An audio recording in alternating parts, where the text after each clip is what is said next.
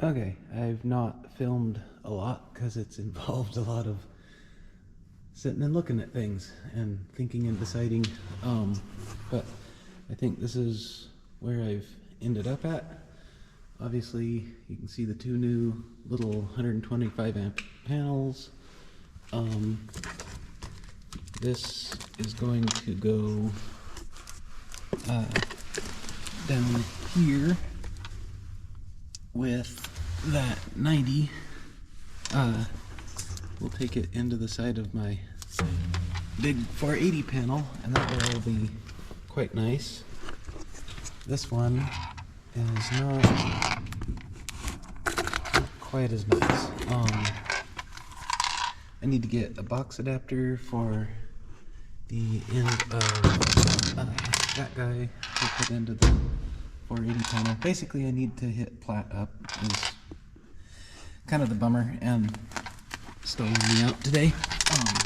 So then this bigger 2-inch guy is going to go, actually I think I was going to try to use the existing hole and up into that first box. It's going to be a little hokey, unless I can find a way to evenly heat and slightly bend a 2-inch conduit, but I think I'd rather have my male adapter just the tiniest bit cocked going into that. I know it's probably not right, but it's not gonna do anything horribly scary. So I'll fill, if Platt doesn't have a 3-inch knockout plug and I don't know what that is, maybe 1.5 inch, 1.25 inch, I don't know, I'll measure and see. Knockout plug, I'll just make some plates to bolt over those guys. And then where it gets hokey and why this is being done now versus right off the bat, is I'm gonna put a connector between those two boxes, and I still haven't decided whether this is my 220 box and that's my 110 box. Back to what I was telling you before, that there's 3 coils. I only need 2 for 220, but you want to try to even the load out, so I'll give the other guy some 110 load to run off of. So from the big wire perspective, dropping off the 220 here to where there's only one leg of 110 going up there, that would make sense, and that's probably what I'll lean towards, because for 220, 240, depending on what number I spout at what time, we're basically going to do 2 outlets on each wall, essentially one in each corner, and then I've got my welder extension cord, which I don't know, that's probably not the best, brightest way of doing it either, but it's how I have to do things. So one outlet will be probably right there, and then the other will be just this side of that post. And I think I can get enough conductors. I'm gonna run, I just remembered, I gotta run 8 gauge, so I might not be able to get 4 8 gauge plus a ground. Yeah, I'll go consult a calculator, tubing or conduit fill calculator. I might have to run 3/4, I can't remember, but I think I'm gonna try to tuck it underneath that purlin like I did the 1/2 inch, because I like that a lot. It, not just from a hiding aesthetics perspective, but from bumping into it, running into it, crunching it, it's quite protected. So I'll just run the next one up with my 220 outlet. And then I'll hop up that pole, go across where I did with the light switches, and drop 2 more outlets on that wall somewhere and that wall somewhere. I obviously haven't fully thought it through because I'm not decided where I'm going to put them for sure, but suffice it to say there'll be 2 outlets over there. And for the 110, I've probably gone over this like 20 times by now, but we're gonna put reel on this post. Actually, the reels should be here today, so that'll be fun. If they get here, I might put them up. And reel on that post, and then I'm gonna punch through the OSB, and like I was gonna do with the air, I'm gonna run electric reel on the barn side of the hay barn side, equipment barn side of the building, which I think will be quite handy. Have a place to hook up a battery charger and all that kind of stuff, as well as having air out there will be cool to blow stuff off or fill tires.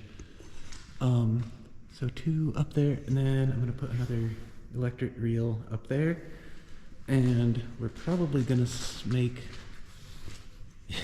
honestly, the transformer might be the shelf, but probably make a shelf just above it, and have kind of like a little charging station for cordless drill chargers,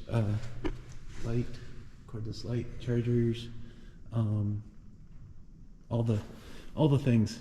So we'll put a outlet on that poster, girt, which I think I called them purlins a minute ago. Those are girts. Those are purlins. Anywho, that's the plan. I'm stalling as I need to see conduit fill for the wire size that I was talking about. I'd swear at our last shop I ran the 240 volt outlets off of 10 gauge Romex, which everything I'm finding now says it's only good for 30 amps, and the big welder I have for sure will pull 50 when it's fully cranked up, which will need 8 gauge. So I'd rather do it right than do it cheap, and I might have to figure out how much wire I need, so I don't just buy 500-foot rolls, because I'm guessing that would be quite spendy, because I'm going to run copper. So that's the plan. Where the conduit will come out of here, and if they all go through and out the top is an unknown as of now, and I'm sure that might not be by the book, but it will be safe and not cause any harm. But I'm gonna try to get as many out the side there as I can. So I think I'm probably gonna make that my 220 little baby panel, and if I can come out the bottom, if there's room, which there should be, knockouts over there, tuck under that guy, I don't know. Any way you look at it, it's gonna be a little hokey. Oh, and then bendwise, that'll really, really suck. 90, well, 1, 2, 3. Well, that's good though, because I'll have a box there. So, pull point within the first 8 feet of conduit. So that's why I have been dragging my feet, is trying to decide for sure what the best way of routing all this and not making myself a horrible mess to pull. So that's where we're at. I'll keep updating you when I finally make decisions and quit stalling. As for right now, I think with the dirt actually drying up, I'm going to try to smooth some of this out while it's still slightly wet with the loader. And I think I decided I'm going to try to fill the main portion of the trench, because that'd be nice to get done as well. I can't decide how I want to try to backfill and tamp that, but if I get this filled with dirt out here, then I can try to compact that as well as I can to keep my floor support and my post all supported. I wish I had a jumping jack to hammer in there, but I don't think it's quite worth renting that for what little I need it. So who knows, it might be a silly plate compact every couple inches and lift it in and out with a tractor or something. But this trench, I don't think I care that much about compacting it. If it sinks, I'll put more dirt on it. And then I'll try to do the same down there to make the post, make sure it's sturdy. So, like I said, that's probably gonna be what happens while I stall and postpone making decisions in the shop.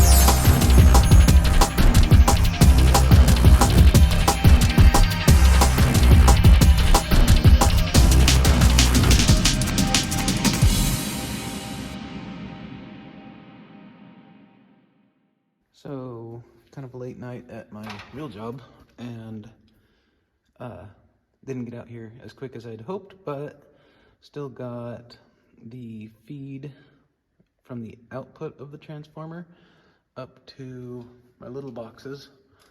I went ahead and put 2 pass-throughs. Again, this is likely not what you're supposed to do, but it's what I'm going to do, kinda, sorta have to do. I don't know if I'll use both, because I think I'm going to make this the 110 box, because 1/2 inch radiuses will fit there better than 3/4 inch radiuses, and I need 3/4 inch to be able to fit the bigger wire for the 240, or I guess 208 realistically, outlets. I'll drop the 110 here, probably pop up here, go straight through, and put 208 over there. I've got my 480 panel and my transformer marked for my input into the transformer. I just kind of, after I put that together, realized I don't know how to get a drill back there. Worst case, I'll find a right angle drill. I think this one I can get with my drill. So drill some holes, punch some holes, and be good to go. The super cheap hole punch has come in handy quite a few times so far with, well, I guess twice, that's quite a few in my book, with punching that hole. And it will do so twice more down there.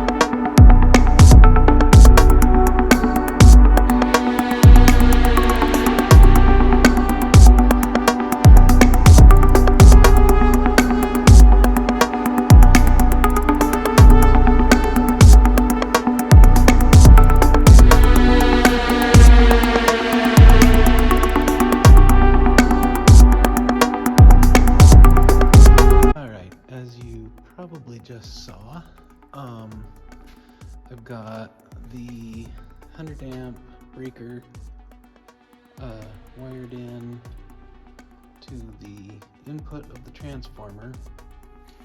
I've checked my wire taps, they're on the 480 volt setting. We've got about 490 coming in.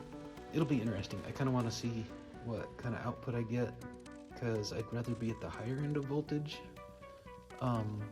than the lower end. It's probably smarter to be at the right voltage, but anyway, that's besides the point. So I'm at the point where I can flip the 100 amp breaker on, and that should just start humming. I got my ground hooked up, even though I got more wires to put into it. So I'm gonna flip it on, and hopefully we just get some humming and nothing scary, and I will check voltage on my output. So we'll do that.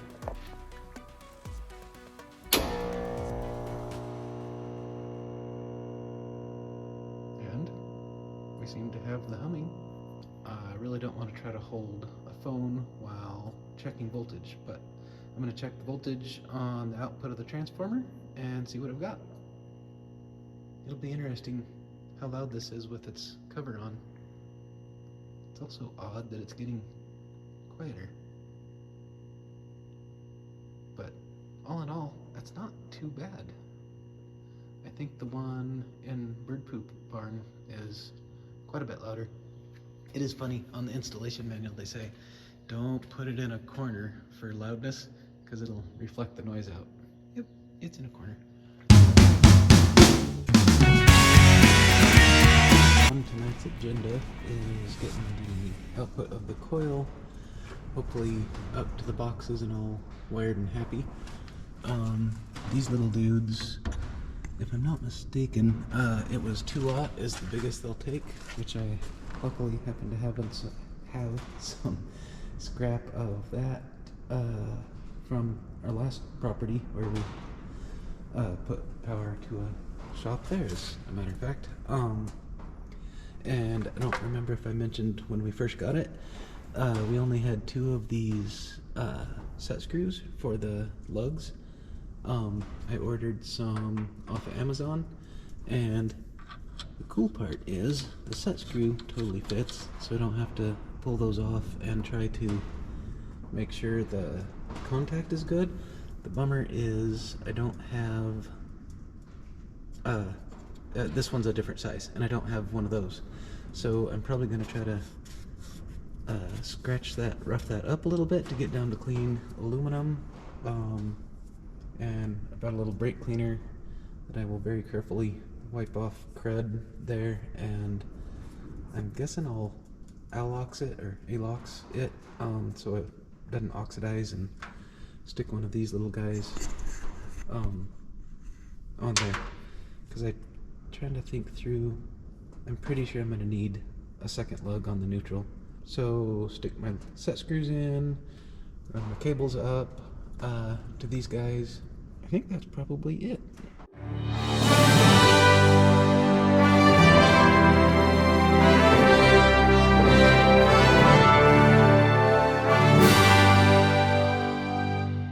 So just a quick little update on the measurements. I've got 212 between all the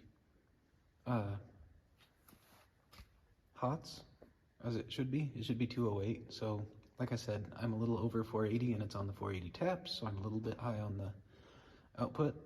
I've got 122 from neutral to all the hots. The only weird thing is, I don't know what made me think of testing, be curious anyway, is testing from ground to each of the hots. I've got 122, 122, and 104. So that's odd, but I don't think I'm worried right now. I don't know if it means somehow that coil's not grounding, connected to ground well. I don't know. Basically, I don't know crap, but I know the output's right. And if everything comes back through my ground, which is actually connected to ground rods, I'm gonna assume I'm good. I'll probably try to do some reading and make sure that's not doing something silly, bad, or otherwise. Thank goodness for a drill from the boy who, I don't remember why he gave me that. Anyway, gave me a really nice set of DeWalt tools that's the first time I've used it. I try to keep them hidden so I don't break them. But it being shorter with a silly short drill bit made it so I could get the hole for the punch to punch out that knockout. And I've got all my extra holes plugged, that big 3-inch one down there. So I'm ready to run the output side, which is flipping awesome, because I could plug in a vacuum and clean out all the shavings out of my stuff before I put covers on. Obviously that means I need to run an outlet, but that's besides the point. Like I said, I kind of want to put one in here. Maybe that'll be the first one I put up. As silly as it is, that would be exciting to put up and try. All right, like usual, it's likely not right, but it's done. 2 hots go all the way up to my 220 side. Ground wire, daisy chains off of that guy. I don't like that, but that's what I decided to do. No neutral on the 220 side because I don't have any plugs that require it. It's all welder type plugs that have 2 hots and a ground. And it saved me from having to do any more stuff with my neutral side there. And then 110 comes off of the left coil. I ran 2 smaller wires and another big giant neutral in order to, because I couldn't figure out how I could get 2 large wires, because those don't take, excuse me, the large wires that I have, those will accept, but obviously not 2 of them, and there's not really room for 2 lugs. I guess I could have done something like that and taken a double lug and put over there, but there's just no reason to have that much power go to each leg of this. They're 125 amp panels, and that 2-aught wire is amazingly overkill for say 60-ish amps if I balance it off of each of those. So the smaller stuff is plenty big.